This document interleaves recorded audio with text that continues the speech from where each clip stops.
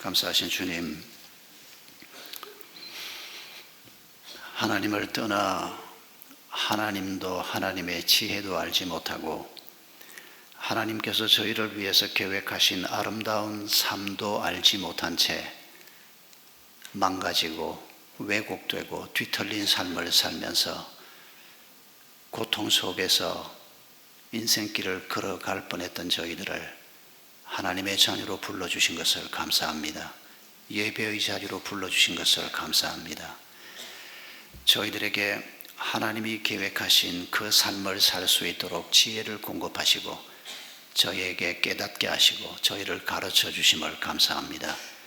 지난 주간부터 저희가 함께 잠언 말씀을 읽기 시작했습니다. 잠언을 통해서, 성경을 통해서 하나님께서 의도하신 것이 무엇인가를 저희가 먼저 생각해 봅니다. 그리고 하나님께서 지혜를 주셔서 저희로 하여금 걸어가게 하려고 하는 그 고귀하고 위대하고 아름다운 삶이 어떤 것인지 잠언을 통해서 저희가 다시 한번 하나님의 계획을 알게 해 주시옵소서. 저희를 향한 하나님의 마음을 느낄 수 있도록 도와주시옵소서. 이 시간도 저희가 잠언의 말씀을 주신 목적, 하나님의 마음을 다시 한번 깨달을 수 있도록 도와주시기를 바라옵고 예수님의 이름으로 기도하옵나이다. 아멘.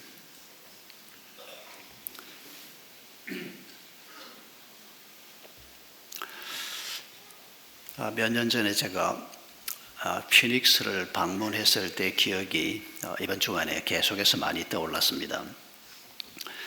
피닉스를 한 몇 번 간 적이 있습니다만은 한 3, 4년 전에 제가 가장 최근에 방문했을 때 집회 중에 그 집회에 참석한 원주민 인디언 선교를 하는 선교사님이 있었습니다.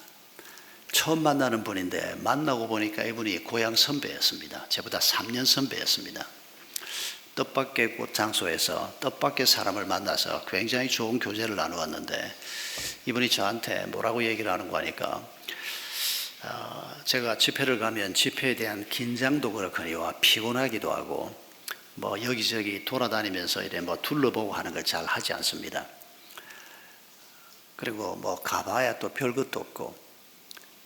그런데 이분이 저한테 뭐라고 제안을 하는 거 하니까 그 뭐 피닉스 조그마한 마을입니다. 그 피닉스에 박물관이 하나 있는데 내일 자기가 거기를 안내를 할 테니까 꼭 시간을 좀 내라는 겁니다. 제가 박물관 안 좋아하거든요. 제가 대형 박물관에 30번을 가본 사람입니다. 뭐 세계 유명한 박물관은 다 가봤는데 아니 그 피닉스 조그만한 동네에 무슨 박물관을 가자고. 그런데 고향 선배가 그렇게 얘기를 하고 그것도 당신이 그리스도인으로서 당신이 목사로서 당신이 기독교 학교 운동을 한다는 사람으로서 여기 꼭 가야 된다 이렇게 말하는 그분을 거절할 길이 없었습니다. 그래서 그 다운타운에 있는 조그마한 박물관을 갔는데 정말 그분 말씀대로였습니다. 잊을 수 없는 박물관이었습니다. 더군다나 이번 주간에 잠언을 읽으면서 잠언을 하나님께서 왜 주셨습니까? 우리에게 하나님의 지혜를 주시려고 하는 겁니다. 그리고 이 지혜를 가지고 슬기롭고 분별력 있는 자가 돼서 하나님께서 우리에게 원래 약속하셨던 하나님이 우리를 만들고자 했던 그 아름다운 삶으로 나아갈 수 있도록 하나님께서 이 말씀을 주셨는데 이번 주간에 왜 제가 그 애리조나 피닉스의 그 박물관이 생각이 났는가 하니까 그 박물관이 보여주는 하나님의 지혜가 없어서 지난날 한 140, 50년 전에 미국, 캐나다, 호주에서 있었던 이 원주민 어린 아이들을 잘못해 했던 하나님의 지혜가 없음으로 말미암아 생긴 지금도 끔찍하게 남아있는 그 비극이 그대로 느껴졌기 때문입니다. 캐나다 자유를 제가 하나 찾았습니다마는 1884년부터 수십 년 동안에 캐나다에서 원주민 어린이 15만 명을 한 4살, 5살 어린 아이들부터 유치원 갈 나이쯤이죠. 이런 아이들부터 엄마, 아빠한테서 뗐습니다. 무조건 강제로 데리고 나왔습니다.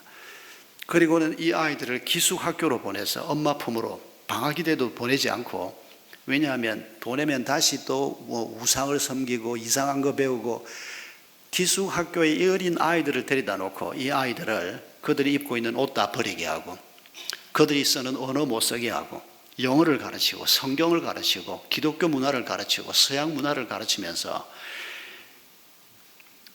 주도하기는 정부가 했습니다. 그런데 이 아이들을 보낸 학교는 거의 대부분이 교회가 세운 학교들입니다. 그리고 이 아이들을 가르쳤던 사람들은 전부 교회 지도자들이었습니다. 결과가 뭔지 아십니까? 이 아이들 중에 3,000명이 자살했습니다.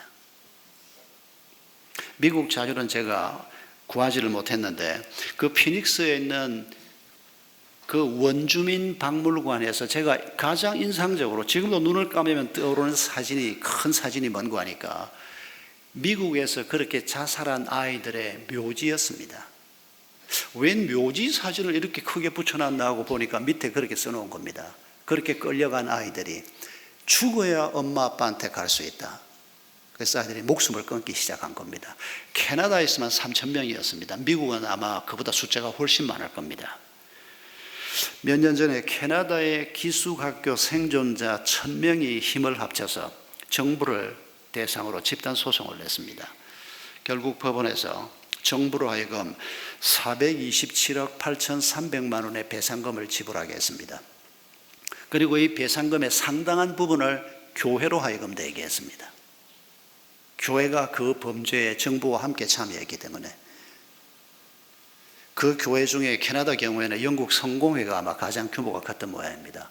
영국 성공회가 파산할 수밖에 없었습니다. 캐나다 성공회가. 2017년에 당시 캐나다 총리였던 트리도 씨가 공식적으로 사과하면서 눈물을 흘리면서 그가 이렇게 말했습니다. 우리 역사에서 가장 어둡고 수치스러운 시기였다. 여러분, 인디언 아이들, 우상을 섬기고 미신에 빠져 있고 문명 세계를 알지 못하는 인디언 아이들에게 문명 세계를 소개하고 기독교를 가르치겠다. 그것 자체는 나쁜 발상은 아닙니다.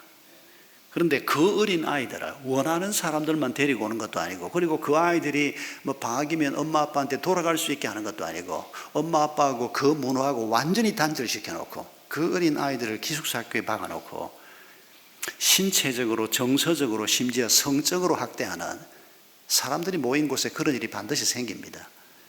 그리고 지금 미국, 호주, 캐나다 할 것 없이 이 원주민들이 사는 땅을 차지하고 지금 국가를 세운 이 나라들이 뭐 옛날에 원주민들을 많이 죽였다든지 이런 상처도 있지만은 그 상처 중에 이 어린 아이들을 대상으로 벌였던 시도는 하나님의 말씀을 가르치고 좋은 세상을 보여주겠다고 시도를 해놓고 결과는 끔찍한, 지금도 이 피해자들이 인터뷰한 자료들을 보면 그 사람들이 막 끔찍해하는 그 얼굴 표정을 보면 몸서리가 날 정도입니다.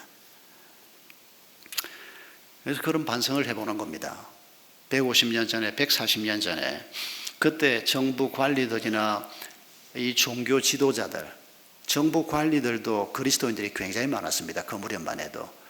이분들이 조금만 더 하나님의 지혜를 가지고 있었다면, 조금만 더 사람을 이해하는 마음이 있었다면, 조금만 그 아이들에게 하나님의 방법으로 하나님을 가르치고자 하는 마음이 있었다면 이렇게 무작스러운 방법으로 아이들을 때우지 않았을 겁니다. 그리고 무조건 그 아이들의 언어를 쓰지 못하는 이런 문화 말살 정책을 행하지 않았을 겁니다. 오히려 그 아이들에게 그 언어를 잘 사용하도록 격려해주고 그들의 문화를 격려해주고 그러면서 하나님의 복음을 전했더라면 사실 역사 속에서 굉장히 중요한 열매를 맺을 수도 있는 그런 획기적인 계기였습니다. 그러나 안타깝게도 지혜가 부족해서, 사람을 좀 더 이해하고 그 사람들의 마음을 좀 더 읽어내는 지혜가 부족해서 가장 비극적이고 가장 어둡고 가장 가슴 아픈 사건으로 남아있는 것입니다. 우리가 지난주부터 잠언을 읽기 시작했습니다. 잠언을 통해서 하나님께서 우리에게 뭘 행하시려고 하는 겁니까? 잠언 오늘 우리가 읽은 1장 2절로 4절에서 네 가지 동사를 통해서 하나님의 목적을 발견할 수가 있습니다. 2절 이하에 보면 우리를 알게 하고 깨닫게 하고 훈계를 받게 하고 슬기롭고 분별력을 갖게 하겠다라고 말씀하고 있습니다. 이 네 동사가 잠언을 주신 목적이요, 성경 말씀을 주신 목적이요, 하나님께서 오늘도 일하고 계신 목적이라고 말할 수가 있습니다. 알고 깨닫는다. 여러분, 이게 같은 말이 아닙니다. 알고 그리고 깨닫는다. 여러분, 우리가 지난주까지 읽었던 히브리서를 생각해 보십시오. 히브리서 말씀에서도 여러 가지 메시지가 나옵니다만은 예수 그리스도가 우리의 대제사장이라고 히브리서에서 굉장히 강조하고 있습니다. 그 대제사장 혹은 예수님이 십자가 위에서 드렸던 제사, 이런 것들이 어디에 나오는 얘기입니까? 구약에 나오는 얘기입니다. 구약 성경에서 제사 제도를 알지 못하고 하나님께서 제사장 제도를 왜 주셨고 제사와 제사장 제도를 통해서 하나님 앞에 드려지는 예배, 제사가 어떤 의미인지를 알지 못하면 예수 그리스도가 대제사장이라는 말을 깨달을 수가 없습니다. 어떤 분들은 구약은 이미 필요 없는, 이제는 폐기해도 괜찮은 옛날 말씀이고 신약만 있어도 우리가 신앙생활을 할 수 있다, 그렇게 주장하는 분들이 있습니다만 그건 아주 잘못된 생각입니다. 구약이 없으면 신약을 이해할 수가 없습니다. 구약은 신약에 뿌리를 두고 있습니다. 구약을 우리가 알면 신약에서 하나님께서 가르치고자 하는 바를 깨달을 수가 있습니다. 제사제도, 그거 오늘 제사를 드리는 것도 아닌데 굳이 성경 공부를 우리가 레위기서 같은 책을 그렇게 살펴야 하느냐? 그래야 합니다. 제사제도가 어떻게 드려졌는지를 알면 예수 그리스도가 십자가 위에서 단 한 번에 완전한 제사를 드렸다, 그렇게 해서 우리에게 완전한 죄 사함이 이루어지고 우리에게 구원이 이루어진다는 하나님의 말씀을 우리가 깨달을 수 있기 때문입니다. 그 깨달음을 통해서 우리가 받는 것이 무엇입니까? 훈계입니다. 우리의 죄가 사해진다. 내가 앞으로도 죄를 범하겠지만은 이 옛 죄가 사해지고 앞으로도 내가 죄를 짓더라도 두려워하지 않는 것은 그 죄가 나를 이기지 못할 것이기 때문입니다. 왜요? 예수 그리스도가 죄를 이기셨기 때문입니다. 이런 것들을 우리로 하여금 알게 하고 깨닫게 하고 훈계를 받게 하고, 그리해서 우리가 슬기로운 자가 되고, 잠언 1장에서 어수룩한 자에게, 어리석은 자에게, 어린 자에게, 젊은 자에게 하나님이 지혜를 가르친다고 말씀하시는데, 여러분은 예수 믿기 전에 우리의 모습을 어떻게 기억하고 계시는지 모르겠습니다만은 이 세상에 없는 비밀 예수 그리스도를 알고 난 다음에도 우리가 얼마나 어수룩한 부분이 많이 있습니까? 아직도 우리에게 부족한 게 얼마나 많습니까? 그런데 하물며 예수를 알기 전 우리의 모습이라면 세상의 바보도 그런 바보가 없습니다. 어리석은 사람, 바로 예수 알기 전 모든 사람들이 그렇게 어리석고 어수룩한 자입니다. 그 어수룩한 자를 하나님께서 알게 하고 깨닫게 하고 훈계하고 슬기롭게 하고 분별력을 주어서, 어떤 분이 말한 것처럼 우리가 잠언을 읽으면 하나님께서 우리에게 새로운 세상을 보여주신다. 우리가 지금 경험하고 있는 세상과는 전혀 다른 새로운 세상을 보여주신다는 겁니다. 그리고 우리를 그 세상 속으로 인도하신다는 겁니다. 우리가 이 세상 속에 살고 있지만은 잠언이 보여주고 있는, 그리고 성경이 보여주고 있는 하나님의 나라, 새로운 세상을 우리가 보면서 그 세상 속으로 들어가는 겁니다. 그래서 우리는 두 나라를 함께 사는 겁니다. 오늘 이 세상 속에 살고 있지만 세상 길을 다른 사람들과 함께 걷고 있지만 사실은 우리는 동일하게 하늘 길을 걷고 있는 사람들입니다. 그리고 잠언이 소개하는 이 지혜를 가지고 우리가 들어갈 수 있는 그 나라 백성으로 살 때 우리가 얼마나 영광스러운 존재가 되는가, 얼마나 위대한 존재가 되는가, 우리가 얼마나 아름답고 강한 자가 될 수 있는가, 얼마나 예수를 닮은 자가 될 수 있는가, 그게 바로 잠언을 우리에게 주신 목적입니다. 잠언에서 우리에게 이 하나님이 주시려고 하는 지혜, 잠언에서 우리에게 하나님께서 주시려고 하는 깨달음을 사모하라라고 하는 말씀을 반복해서 하고 있습니다. 우리가 은을 구하듯이, 돈을 구하듯이, 여러분 돈을 우리가 얼마나 사모하는가, 이거 우리가 부인할 길이 없습니다. 예수 믿는 사람이 뭐 돈을 사모해? 그러지 마십시오. 우리도 돈을 사모하지 않습니까? 돈이 없으면 어떻게 아이를 키우고, 돈이 없으면 어떻게 살 겁니까? 돈이 필요합니다. 우리는 돈이 필요 없다, 금을 돌같이 본다, 그게 그리스도인이 아닙니다.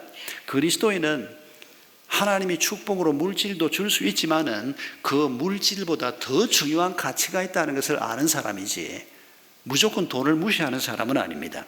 그래서 잠언서에서도 너희가 은을 구하듯이, 보화를 구하듯이, 돈을 구하듯이 하나님의 지혜를 구하라, 이렇게 말합니다. 지혜를 좀 경험하고 나면, 지혜로운 사람들을 자꾸 보고 그러면 나도 정말 저런 지혜를 갖고 싶다, 이게 막 마음에 좀 솟구칠 건데, 그런 걸 아직 경험도 못했고 그게 뭔지도 모르는데 어떻게 그걸 사모하는 마음이 생길까?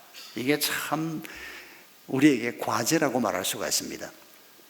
그러나 여러분, 우리가 아직 그 세계를 다 경험하지 못해도 몇 마디를 들어도 성령께서 우리의 마음에 역사를 해서 정말 성경이 말하는 그 속에 뭔가가 있나 보다, 정말 그 길을 한번 걸어가 보고 싶다, 이런 거룩한 욕망이 우리 속에 생기는 것이 주의 은혜입니다. 그리고 우리가 어떻게 해서든지 이런 거룩한 욕심이 마음속에 자꾸 생겨나도록 하는 자리에 우리가 가야 합니다. 그래서 하나님께서 모이기를 힘쓰라, 주일이 되면, 안식일이 되면 함께 모이도록 주님께서 우리에게 명령하셨고, 말씀을 자꾸 접하도록 하시고, 그렇게 해서 우리가 잘 몰라도 정말 하나님이 우리를 인도해 가려고 하는 그 세상이야말로 정말 가보고 싶다, 이런 구도자의 마음, 그리고 조금씩 그 세계를 누리는 이런 마음이 우리에게 필요합니다. 우리가 사모하고 구하고 찾으면 그 지식을 얻을 것이다, 그 지혜를 얻을 것이다, 성경이 그렇게 말하는데, 그러면 내가 노력하는 만큼 주어지는 것인가? 내가 100일을 금식을 하고 기도하고 찾으면 정말 그만큼 얻는 것인가? 이런 말씀은 아닙니다. 우리가 구하고 찾아야 하는데, 그런데 또 성경은 뭐라고 말하는 거 아니까? 그건 하나님의 지혜다, 그렇게 말합니다. 우리가 찾는다고 해서, 구한다고 해서 얻어지는 게 아니고 하나님이 주셔야만 얻을 수 있는 지혜다, 그렇게 말합니다. 그래서 잠언이, 그리고 성경이 우리에게 가르치는 지혜와 지식을 두고 계시적인 지식이다, 이렇게 표현을 합니다. 우리가 아무리 노력을 해도 하나님이 허락하지 않으면 깜깜한, 세상에서 굉장히 똑똑하고 굉장히 유명한 사람이라고 하는데도 전혀, 교회를 한 10년 이상 다녔다고 하는데도 전혀 하나님의 지혜에 무지한 자가 있는가 하면, 가방끈도 짧고 아주 세상 사람들 보기에는 정말 어리석기 짝이 없는 자 같아 보이는데도 성령의 은혜로 하나님이 이 계시의 말씀을 열어주어서 받게 되는 이런 은혜를 경험하는 사람들이 놀랍게 하나님의 말씀을 경험하는, 그리고 그 삶이 분별력을 갖고 참 존귀한 삶으로 변화되는 이런 일이 하나님의 나라에서 많이 생기는 것입니다. 사모하되 하나님께서 공급해 주시는 이 은혜, 지혜를 기다리고 하나님이 베풀어 주실 은총을 사모하면서 겸손하게 우리가 이 지식, 이 지혜, 이 분별력을 기다리면 하나님께서는 반드시 우리에게 은혜를 베풀어 주실 것입니다. 1장 4절 5절을 보면 특별히 어리석은 자, 젊은 자가 하나님의 지혜를 얻을 수 있다는 점을 강조해서 말씀하고 있습니다. 어리석은 자와 젊은 자는 동의어로 기록되고 있습니다. 그런데 지혜 있는 자, 명철한 자가 된다, 이렇게 말씀하는데, 여러분, 먼저 우리가 하나님의 지혜가 없으므로 나는 어리석은 자입니다 라고 하는 자신에 대한 바른 깨달음이 필요합니다. 내가 이만큼 배웠고 이만큼 경험했고 이만큼 알면 새삼스럽게 누가 날 안 가르쳐도 나는 내 인생을 살 수 있고 내 아이들에게 그들의 삶에 대해서 자신 있게 조언할 수 있다.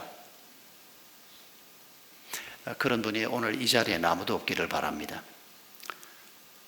우리의 한계를 알고 내가 가지고 있는 지식의 한계, 지혜의 한계를 알고 하나님의 지혜가 얼마나 아름다운지를 먼 발치에서라도 바라보고 그 지혜를 사모하고 우리의 어리석음을 하나님의 지혜로 바꾸어 주시는 이 축복의 자리로 나아가자는 것입니다.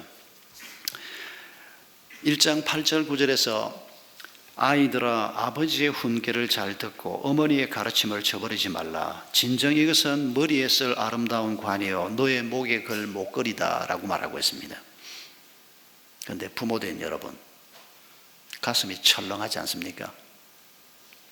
우리가 아이들한테 뭔가 얘기를 할 때 내 입에서 나가는 그 말이 우리 아이들에게 왕관처럼 씌워줄 관이 되고 우리 아이들이 목걸이에 걸고 나가서 좀 예쁘다고 사람들에게 뽐내고 보여주고 싶어하는 이런 말이 어머니 아버지의 입에서 나가야 한다는 얘기를 하고 있는 겁니다. 이 자식 새끼들이 내 말을 안 들어가지고 지금 저 모양 저 꼴로 살고 있다고 이렇게 우리가 만약 생각한다면 그 전에 우리 자신들에게 물어봐야 할 것이 정말 부모된 내가 하나님의 지혜를 얼마나 사모했고 그 지혜로 내 삶이 얼마나 아름다워졌는가. 그래서 우리가 그런 경험을 가지고 그 지혜로 우리 아이들에게 왕관이 될 만한 목걸이가 될 만한 이 말이 우리의 입에서 나가는 자가 되라고 주님이 약속하고 계시고 축복하고 계시는 것입니다. 4절에서 어수룩한 사람을 슬기롭게 해주고 지식과 분별력을 갖게 한다라고 말하면서 1장 10절 이하를 보면 강도짓 폭력에 대한 경고가 나옵니다. 그러면서 이 강도짓 폭력의 근본적인 원인이 무엇인가 하는 얘기를 하면서 1장 19절에서는 탐욕을 지적하고 있습니다. 우리가 하나님의 말씀을 들어 알고 깨닫고 훈계를 받고 분별력을 가지려고 할 때 우리에게 큰 문제가 되는 것이 바로 이 탐욕이라는 것입니다. 우리 속에 있는 욕심, 돈에 대한 욕심, 명예에 대한 욕심, 쾌락에 대한 욕심, 여러 가지 욕심들이 우리에게 분별력을 잃게 하고 이 욕심 때문에 욕심보다 더 중요한 것을 잃게 된다고 경고하고 있습니다. 여러분, 앞으로 잠언을 한 달 정도 우리가 읽을 텐데 이 말씀을 묵상하면서 우리가 지금 현재 가지고 있는 삶의 태도나 지식이나 생활 방식이 정말 하나님의 지혜와 얼마나 멀리 떨어져 있는가, 또 하나님의 공급해 주시는 지혜로 말미암아 감사하면서 걸어갈 수 있는 이런 것들이 얼마나 많이 있는지 잘 한번 분별해 볼 수 있기를 바랍니다. 그래서 감사가 점점 많아지고 그 지혜로 말미암아 내가 누리게 되는 부유한 삶에 대한 감격이 날마다 점점 더 커져가도록, 회한이 더 커져가는 것이 아니고 안타까움이 더 커져가는 것이 아니고 감사와 기쁨이 더 커져가도록, 그러기 위해서 우리가 탐욕에 대한 경계심을 늦추지 말아야 할 것입니다. 1장 18절 이하를 보면 이 탐욕 때문에 지혜를 놓쳐버리는 어수룩한 자의 삶, 하나님의 지혜를 무시하는 자의 삶에 대한 경고가 나옵니다.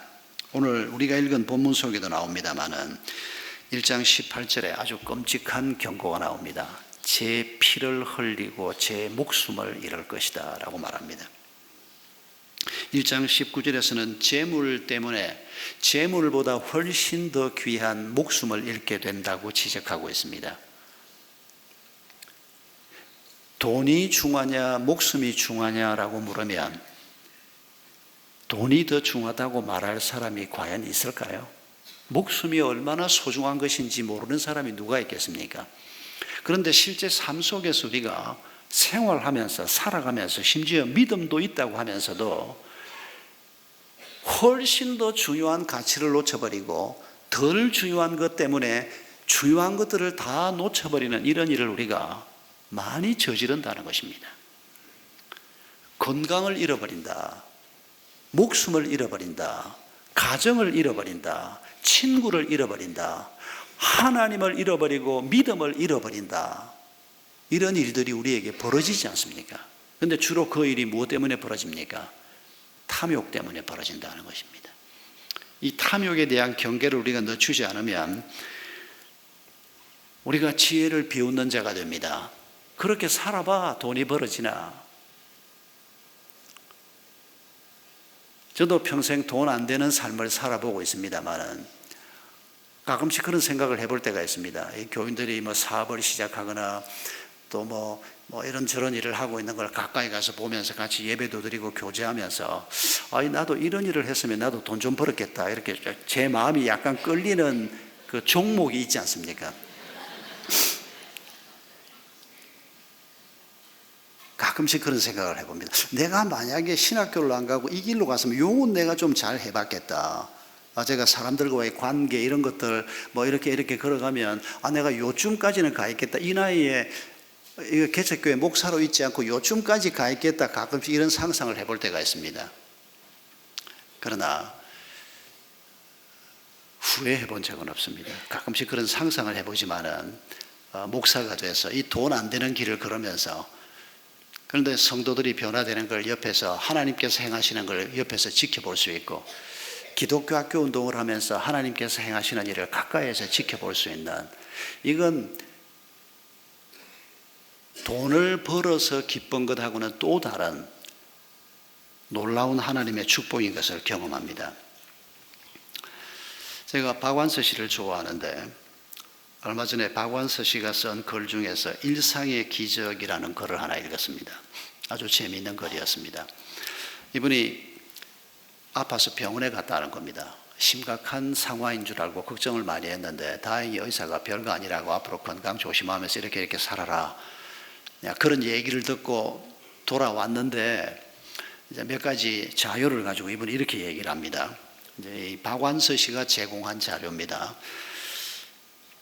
눈 하나 갈아 끼우는데 1억이 든답니다. 어디서 양반이 이 자료를 구했는지는 모르겠습니다. 그러니까 눈 2개면 2억이라 이 말입니다. 아유 나는 지금 잘 보이지도 않고 1억짜리가 아니고 한 1,000만 원짜리 밖에 안 된다. 아닙니다. 여러분 지금 오늘 이 자리에 오신 분들이 눈이 지금 보이고 있으면 2억짜리 눈을 지금 달고 오신 겁니다. 박완서 씨 주장이지만은 맞습니다. 심장 하나 바꾸는데 3,000만 원, 심장을 갈아 끼우려고 하면 5,000만 원. 사실은 이건 갈아 끼우는 비용이지 심장 값은 아닙니다. 간 이식 하는데 70만 원, 7천만 원, 이 등등등등 이렇게 얘기를 하면서 박완서 씨가 하는 말이 자기가 가만히 보니까 자기 두 눈이 멀쩡하고 신장, 심장, 간 지금 다 그런 대로 오래 쓰긴 했지만 다 괜찮은 상태인데 이게 다 계산을 해보니까 51억이라는 겁니다. 51억을 달고 오늘 다 여기 나오셨습니다, 지금. 아니, 이게 벌써 몇 년 전 얘기니까 그새 좀 값이 좀 올랐을, 60억쯤으로 올랐을 가능성이 많습니다. 오늘 지금 60억을 지금 달고 여기에 다 와서 앉아 계시는 겁니다, 지금. 박완서 씨가 하는 얘기는 그 얘기입니다. 내 몸이 얼마나 귀한 몸인지. 그것도 이분이 사실은 더 보태서 이렇게 얘기합니다. 앰뷸런스를 타고 가면 그 앰뷸런스에서 산소 공급기를 주면 그걸 하루에 몇 시간 쓰면 몇백만 원이 되고, 물론 몇 시간 쓰는 사람은 별로 없겠지만, 그러니까 마음대로 하루 동안 이 공기를 들어 마시는 값이 하루에 한 800만 원 된다. 이런 계산도 하고 있습니다. 어제 800만 원어치 마셨습니다. 오늘도 지금 한 200만 원, 200이면 없는데 지금 벌써 11시인데 한 400만 원어치 마셨습니다. 이렇게 귀한 몸, 이렇게 귀한 삶의 길을 걸어가는데 왜 내 삶이 행복하지 못했을까?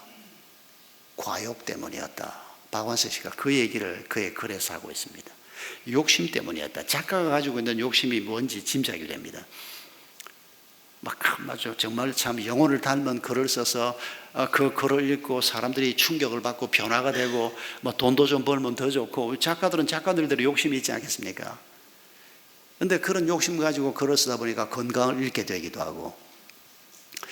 여러분, 우리 모두가 이 세상을 살면서 성경이 늘 말씀하는 대로 자족하는 법을 배워라. 하나님께서 지금 내게 공급하신 것들에 대해서는 일단 감사부터 하는 법을 배워야 합니다.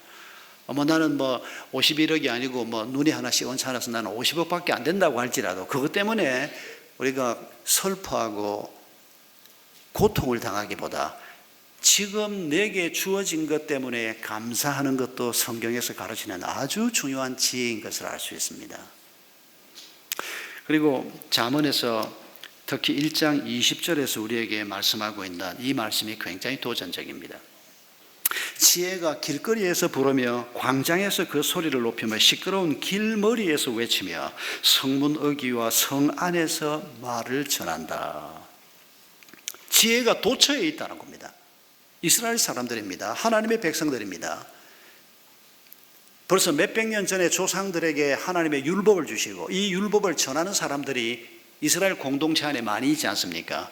그러니까 이스라엘 사람들 입장에서 지혜가 길거리에서 부른다. 길을 지나가는데도 성경을 낭독하는 사람들이 있어서 그 말씀을 듣게 하고, 사실은 머리에 이렇게 딸랑딸랑하고 머리에 닿는 이런 것들을 가지고 그 속에 성경 말씀을 기록해서 넣어놓고 길을 걸으면서 여기에 닿을 때마다, 이거 물론 바리새인들이 주로 했던 방법 중에 하나인데, 이 닿을 때마다 그 속에 들어있는 말씀을 기억나게 하는 이런 아름다운 습관을 가지고 있던 사람들이 유대인들이었고 바리새인들이었습니다. 그런데 지금 잠언에서는 도처에 하나님의 지혜가 있다는 겁니다. 길거리에도 있고 성문 앞에도 있고 곳곳에서 우리가 원하기만 하면 하나님의 말씀을 들을 수 있는, 이게 이스라엘에게 주어진 환경이었습니다. 오늘 우리 남한에 살고 있는 우리에게 주어진 환경은 어떻습니까? 이 사람들하고 비교가 안 됩니다. 이 사람들은 성경책 없었습니다. 암송하는 게 전부였습니다. 암송을 해봤자 얼마나 암송을 했겠습니까? 중요한 시편들 암송하고 중요한 책들을 이 사람들이 암송을 했겠지만은 10,000원만 주면 성경책 하나 살 수 있습니다. 마음만 먹으면 하루 종일이라도 성경을 읽을 수 있고, 마음만 먹으면 설교를 얼마든지 들을 수 있고, 곳곳에 하나님의 말씀을 들을 수 있는데도 우리에게 하나님의 지혜가 없는 이유가 무엇인지를 우리가 돌아보아야 할 것입니다. 특히 오늘 우리 신약 백성들에게는 잠언서를 읽던 이 사람들보다 우리에게 더 유리한 게 하나 있습니다. 이분들은 오실 메시아를 기다리고 있었습니다. 누군지 잘 몰랐습니다. 그런데 오늘 우리는 2000년 전에 오신 예수 그리스도를 기억하고 있는 사람들입니다. 그뿐 아닙니다. 예수 그리스도가 떠나시면서 내가 가면 다른 보혜사가 너에게 올 것이다. 그분이 누굽니까? 성령님이십니다.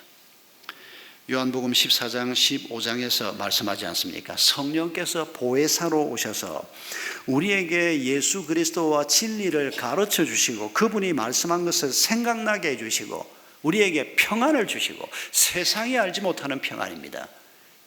세상이 절대 경험할 수 없는 이런 놀라운 평안을 주시는 이런 삶으로 우리를 인도해 가시는 분이 성령님이라고 말씀하고 있습니다. 구약 때는 성령이 역사하지 않았는가? 역사하셨습니다. 그러나 성령께서 신약 교회 시대에 와서 본격적으로 활동하기 시작하셨습니다. 그래서 신약 교회 시대를 성령 시대라고 말하지 않습니까? 여러분, 우리가 먹고 사는 일 때문에 너무 바쁘긴 하지만은 조금만 우리의 발걸음을 멈추고 내가 예수를 주로 고백할 때 나로 하여금 예수가 내 삶의 주인이라고 고백하게 하신 분이 누구십니까? 성령님이십니다. 그래서 내가 예수를 주로 고백할 때 성령은 이미 우리 속에 들어와 계시는 것입니다.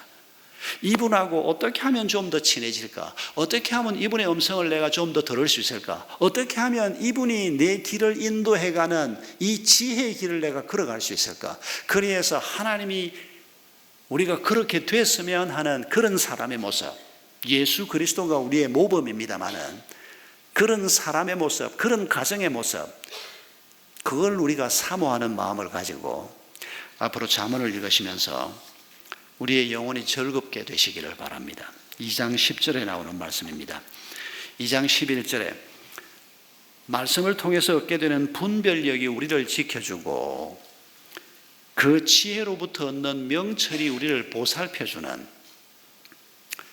우리는 돈이 잘 보살펴 줄 것이라고 자꾸 한 방향으로만 생각하지만은 돈이 줄 수 있는 것은 한계가 많다는 것 절대 잊지 마십시다. 돈이 필요 없다는 게 아니고 돈이 줄 수 있는 것은 기억하시죠? 돈이 밥을 사줄 수는 있어도 돈이 입맛을 사주진 않습니다. 돈이 병원비는 감당하게 하지만은 돈이 우리의 건강을 보장해 주는 건 아닙니다. 돈이 책을 사줄 수는 있어도 돈이 우리에게 지식을 공급해 주진 않습니다. 돈이 가지고 있는 한계를 우리가 생각하면 그 돈의 가치와 돈의 한계를 뛰어넘는 하나님의 지혜, 하나님이 우리에게 공급하고자 하는 명철, 이런 것들을 우리가 사모할 때 그 명철이 우리를 지켜줄 것이고 그 명철이 우리를 보살펴 줄 것이고 악한 자의 길에서 우리를 구해 줄 것이고 음란과 방종과 술과 도박과 게으름과 교만과 각종 상처와 여러 가지 문제들로부터 우리를 구해주는 이런 역사가 하나님이 공급하시는 지혜와 함께 우리에게 주어진다고 말씀하고 있습니다. 여러분, 지혜에 대한 이 간략한 소개를 우리의 마음에 담고 이제부터 여러분이 하실 일은, 여러분 집에 이 책이 있습니까? 2달마다 제가 책장수처럼 저한테 한 푼도 돌아오는 거 없는데 제가 책 사라고 늘 강조를 하는데, 성경, 잠언 성경만 읽어도 됩니다만은 그러나 이 책을 가지고 읽으면 굉장히 도움이 많이 됩니다.